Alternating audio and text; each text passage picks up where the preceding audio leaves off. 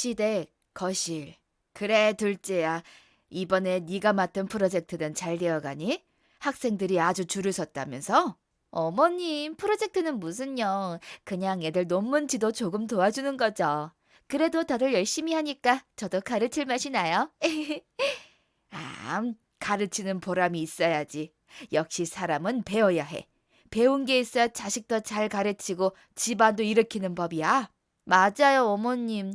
저도 저희 애만큼은 저처럼 좋은 대학 보내서 세상 보는 눈을 넓혀주고 싶어요. 그게 부모 역할 아니겠어요? 그럼, 네 말이 다 맞다. 첫째야, 과일 다 깎았으면 이리 좀 내오너라. 동서가 좋아하는 참외로 좀 깎아오지 그랬니? 네, 어머님, 지금 막 다 깎았어요. 참외는 어제 다 드셔서 오늘은 사과랑 배만 있네요. 괜찮아요, 형님. 형님은 손재주가 좋으셔서 그런지 과일도 참 예쁘게 깎으시는 것 같아요. 저는 맨날 논문 보고 책 읽느라 손이 굳어서 이런 건 영 못하겠더라고요. 아니에요, 동서. 별 말씀을요. 재수 씨, 그게 무슨...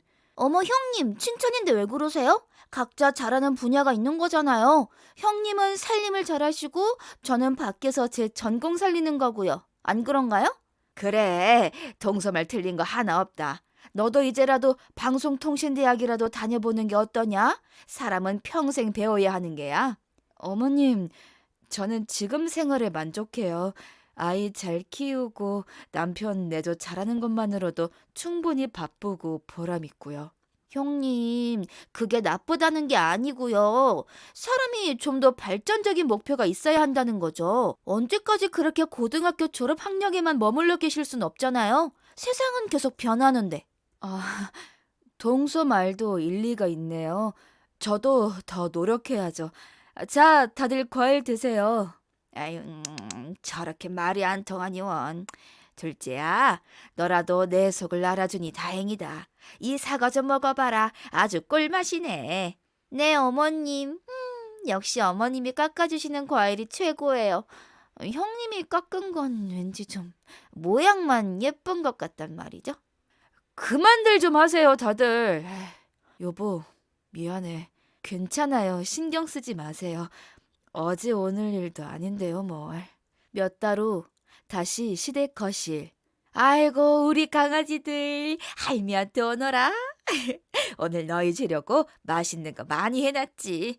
어머님, 애들 버릇 나빠져요. 너무 오냐오냐 키우시면 안 돼요. 책도 좀 읽히시고 그래야죠. 아유, 됐어. 주말에 할미 집에 와서까지 무슨 책이냐? 그나저나 첫째는 어디 가니? 아까부터 안 보이네. 거실 저쪽에서 책 보고 있어요, 어머니. 어머, 형님이요? 웬일이세요? 형님이 책을 다 읽으시고 무슨 책인데요? 어머나, 형님, 이거 영어 원서 아니에요? 아, 취미가 독서셨어요? 와, 정말 대단하시다. 동서, 그냥 시간 날 때마다 조금씩 읽고 있어요. 그런데 형님, 이 작가책은 원문 뉘앙스가 워낙 까다로워서 저희 과 애들도 번역본 없으면 내먹는 책인데. 대단하시네요. 혹시 모르는 단어 같은 건 없으세요? 괜찮아요. 사전 찾아보면서 읽으면 되죠. 아이고, 형님도 참! 그러다 날 새겠어요. 이 부분은 작가가 일부러 중의적인 표현을 쓴 거라 문자 그대로 해석하면 안 되고요. 또 저쪽 단락은, 아이고, 혹시라도 이해 안 되는 부분 있으시면 저한테 언제든 물어보세요. 제가 쉽고 간단하게 설명해 드릴게요. 애미야, 골치 아프게 그런 건 왜 붙들고 앉아있니? 그러다 머리만 더 아프다. 아니에요, 어머님. 재미있어요. 재미는 무슨, 아휴. 그 시간에 우리 손주 간식이나 하나 더 챙겨주는 게 훨씬 생산적인 일이 아니겠니? 영어도 잘 모르는 너가 참 쓸데없는 데 힘을 쓴다니까. 어머님, 그래도 형님 노력이 가상하잖아요. 뭐 비록 다 이해는 못하시겠지만 저렇게라도 교양을 쌓으려고 하시는 게 어디예요. 그렇죠, 형님? 네, 동서. 어머니, 재수 씨, 그만들 좀 하세요. 내가 뭘 틀린 말 했니? 여보, 저는 괜찮아요. 우리 저녁 먹을까요? 저 배고프네요. 어머, 벌써요? 형님은 어쩜 그렇게 때 되면 배가 고프세요? 저는 책 한 번 읽기 시작하면 밥때 놓치는 게 일쑤인데 뭐 집중력의 차이일까요? 3개월 뒤 동서가 교수로 있는 대학교 대강당. 안녕하십니까 학생 여러분, 그리고 귀빈 여러분. 오늘 저희 영문학과에서 주최하는 북 콘서트에 와주신 모든 분께 진심으로 감사의 말씀을 드립니다. 저는 오늘 사회를 맡은 최 교수입니다. 오늘 이 자리가 더욱 특별한 이유는 유명하신 땡땡땡 작가님께서 한국 방문 내내 극찬을 아끼지 않으셨던 한 분을 어렵게 모셨기 때문입니다. 작가님의 섬세한 문체와 철학적 깊이를 한국 독자들에게 온전히 전달해 주신 분이죠.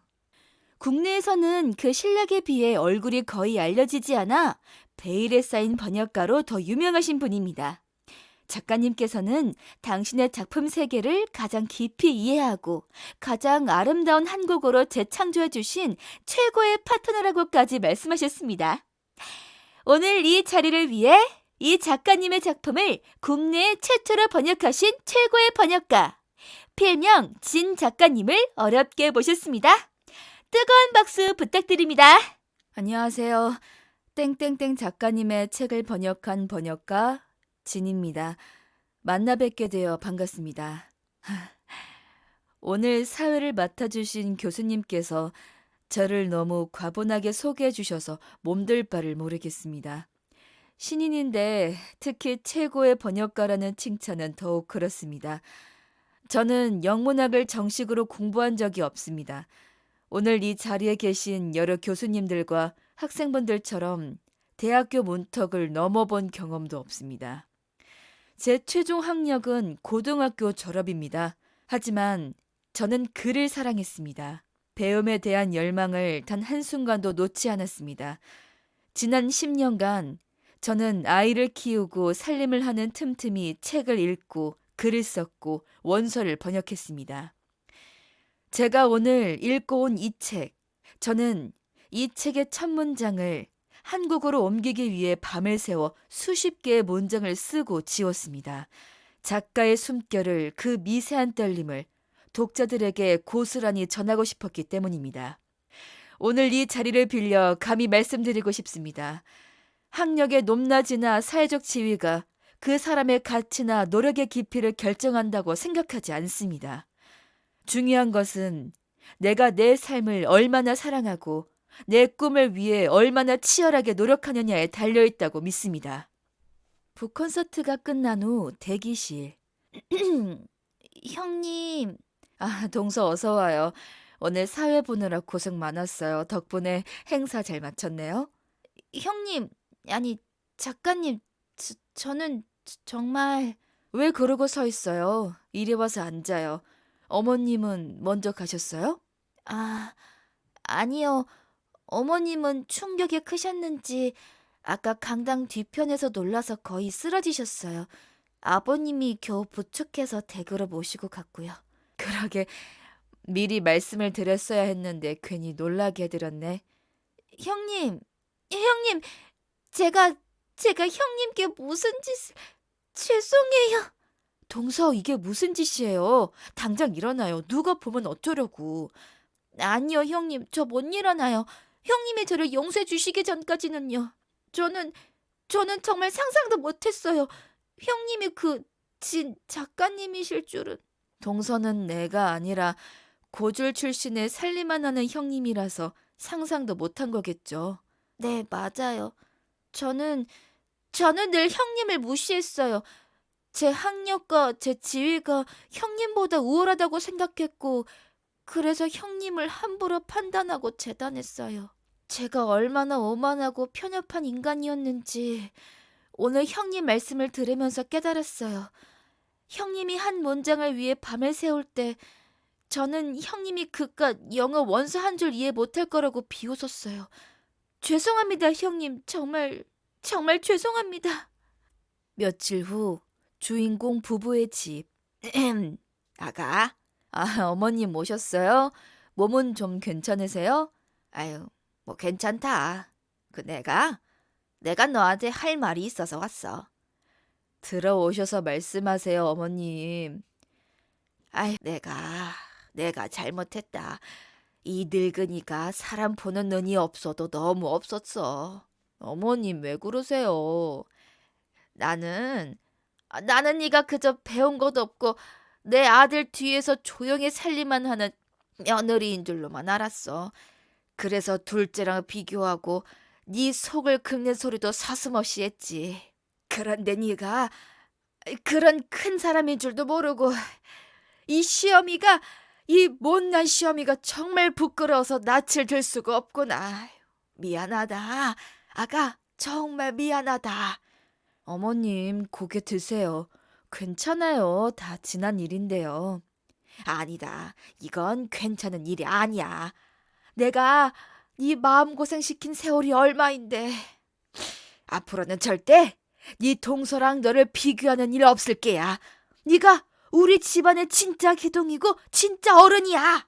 그날 이후 저희 시댁에는 놀라운 변화가 찾아왔습니다. 동서는 며칠 뒤 케이크와 꽃다발을 들고 다시 저희 집을 찾아와 진심으로 사죄하더군요. 저는 동서에게 네가 무시했던 건 내 학력이 아니라 내 삶의 방식과 노력 그 자체였어. 그러니 앞으로는 사람을 겉으로만 판단하지 말아줘. 라고 말했습니다. 그 후로 동서는 제 앞에서 다시는 잘난 척을 하거나 저를 가르치려 들지 않았습니다. 오히려 자신의 전공 서적에 대한 번역 함수를 제게 정중하게 부탁해 오기도 했고, 자신의 학생들에게 제 번역본을 필독서로 추천하며 진 작가님이 우리 형님이라는 말을 자랑처럼 하고 다닌다고 하더군요.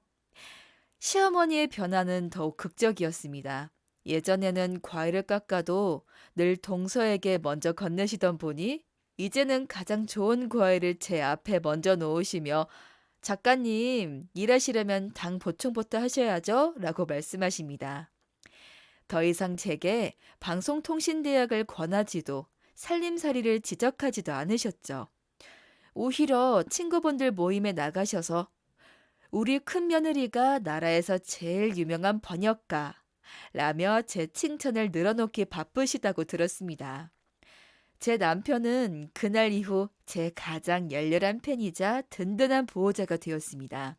저는 제 실력으로 세상의 편견을 깨부수었고 그저 고졸 출신 며느리가 아닌 한 명의 존중받는 사람이 되었습니다.